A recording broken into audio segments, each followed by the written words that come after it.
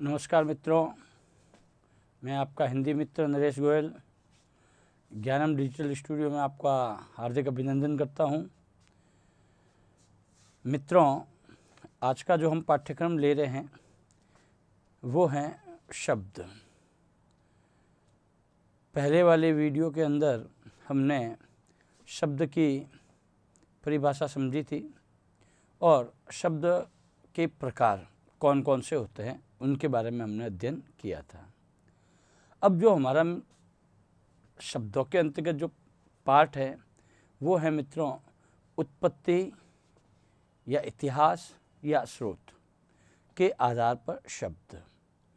तो देखिए मित्रों, ये जो उत्पत्ति के आधार पर जब हम शब्दों की बात करते हैं तो उसके अंतर्गत जो हमने पाठ्यक्रम लिखा था कि भाई तत्सम, तद्भव, देशज, विदेशी, उसके अलावा एक शब्द और प्रयोग होता है, वो होता है संकर शब्द। और जैसा कि आप भलीभांति परिचित हैं कि तत्सम शब्द उसी का एक उपभेद कर दिया गया है अर्ध तत्सम शब्द, जो कि मित्रों एसआई के लिए टॉपिक अलग से दे रखा है। तो आज हम चलते हैं मित्रों उत्पत्ति के आधार पर शब्द। तो सर्वप्रथम हम उत्पत्ति ऑब्लिक इतिहास ऑब्लिक स्रोत के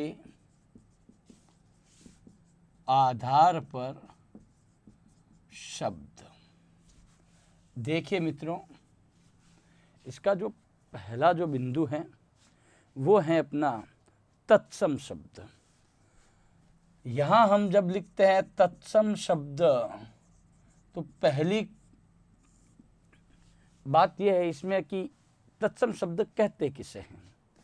तो देखिए मित्रों कि तत्सम शब्द तत् प्लस सम के योग से बना है, अर्थात तत् प्लस सम के योग से बना है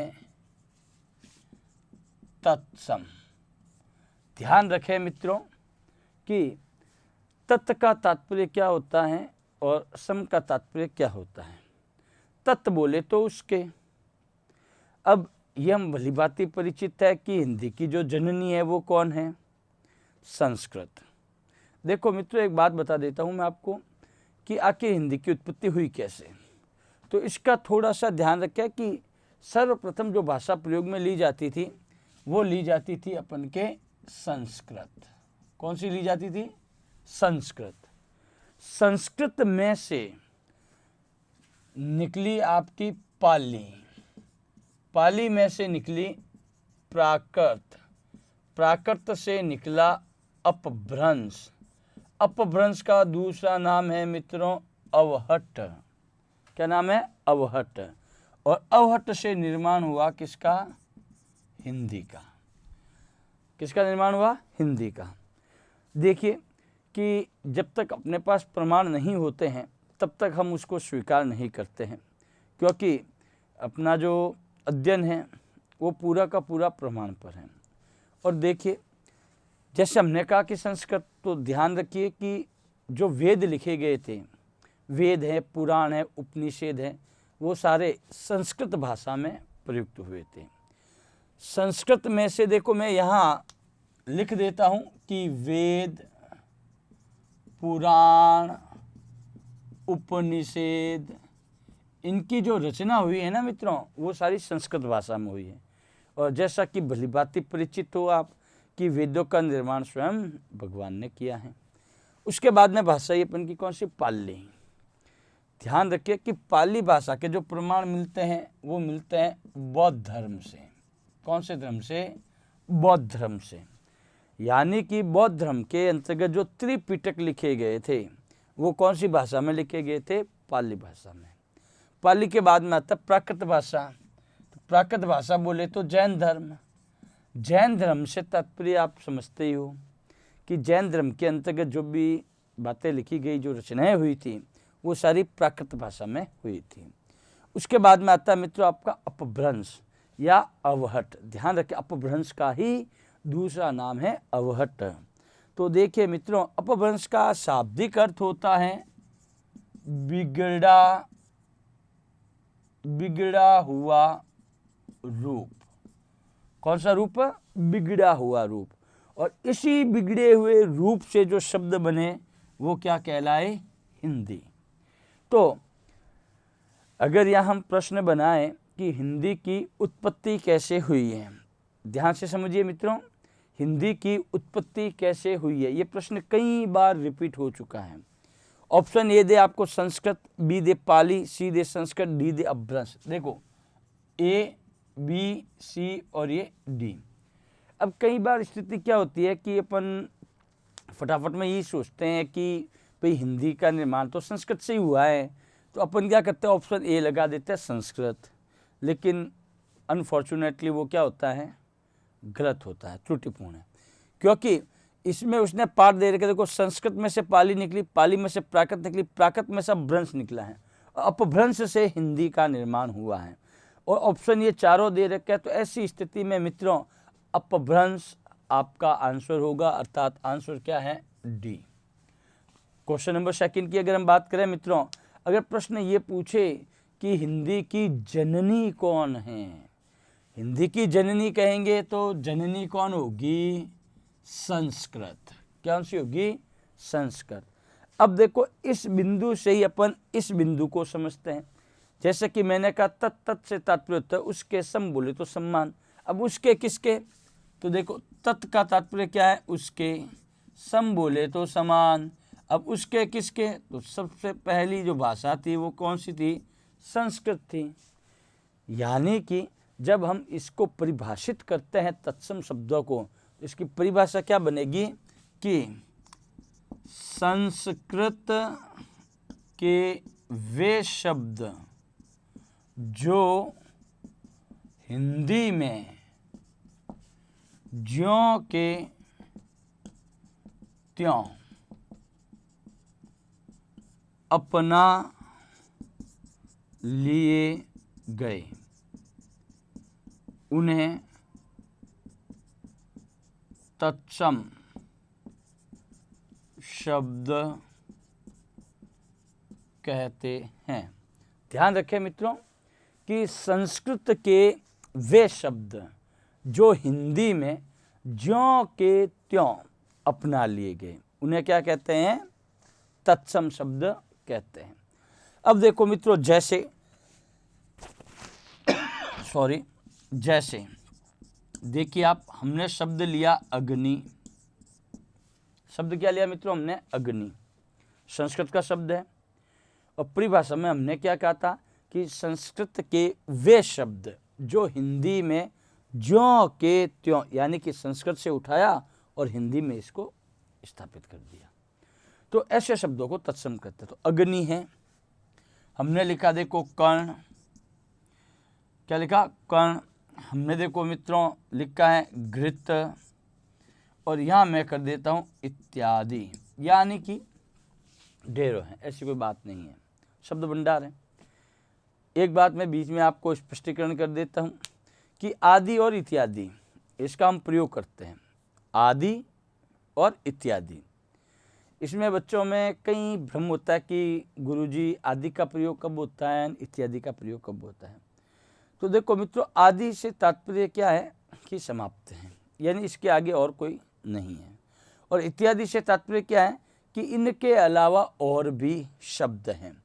तो ध्यान रखिए कि जब तकरीबन 3 उदाहरण देने के बाद अगर आपको ये लगता है कि इसके उदाहरण और भी हैं, लेकिन समय की कमी कह दो या जगह की कमी कह दो, हम सारे शब्दों का प्रयोग एक साथ नहीं कर सकते हैं। तो ऐसी स्थिति में मित्रों हम किसका प्रयोग करेंगे? इत्यादि का। क्लियर? अब देखो, ये तो हो गया अपन का तत्सम शब्द जो कि पहला पार्ट है इसका। अब देखो मित्रों सेकंड पार्ट इसका, वो है तद्भव शब्द। कौन से शब्द?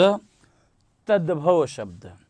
जब मित्रों हम तद्भव शब्द की बात करते हैं, तद्भव से तात्पर्य तो देखिए कि संस्कृत के वे शब्द जिसमें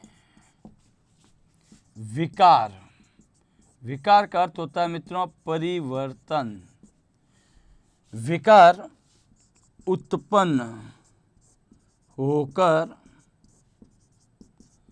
हिंदी में अपना लिए गए, अपना लिए गए। तो ऐसे शब्दों को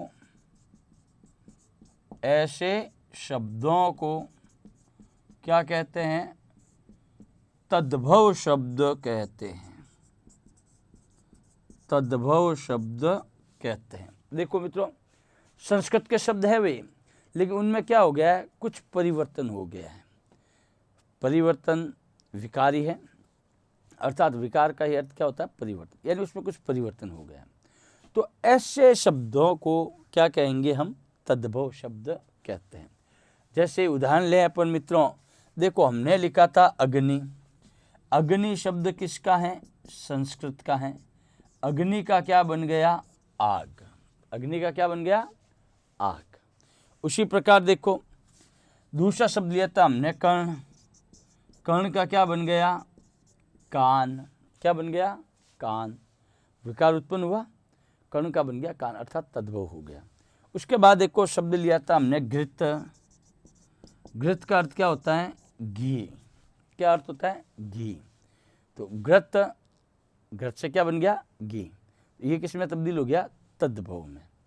अब देखो मित्रों, इसके बाद जो अपन पॉइंट लेते हैं वो होता है अपन का कि अर्थ तत्सम को मैं बाद में लूँगा, क्योंकि ये आपके इसी का ही क्या है? भेद है। उससे पहले अपन को ये चीज़ समझनी पड़ेगी कि तत्सम और तद्भव शब्द में अंतर क्या है, ताकि हमें अर्ध तत्सम को समझने में क्या रहेगी? आसानी रहेगी। क्योंकि मित्रों कुछ पॉइंट ऐसे बनते हैं कि वो है तो संस्कृत के हैं, लेकिन उसमें कुछ आमूल थोड़ा सा परिवर्तन हुआ, ज़्यादा नहीं थोड़ा सा, और वो देसी हिंदी, किससे तात्पर्य लेता है? देसी हिंदी से। तो ऐसे शब्दों को हम कहते हैं अर्ध तत्सम शब्द। चलिए आगे चलते हैं अपन। तो यहाँ हमने देखा है कि तत्सम और तद्भव शब्द किसे कहते हैं, और संस्कृत से हिंदी का जो क्रम चला था वो किस रूप में चला था। तो मित्रों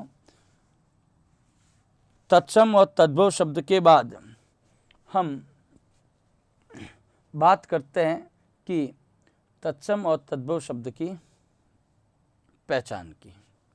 तो मित्रों उम्मीद करता हूँ कि तत्सम और तद्भव शब्द क्या हैं ये आपको समझ में आया है। तो इसके लिए मैं धन्यवाद अर्पित करता हूँ आपको। पुनः मैं आपका हिंदी मित्र नरेश गोयल आपके तत्सम तद्भव शब्दों के साथ धन्यवाद देते हुए विदा लेता हूँ। एक बार अगेन थैंक यू।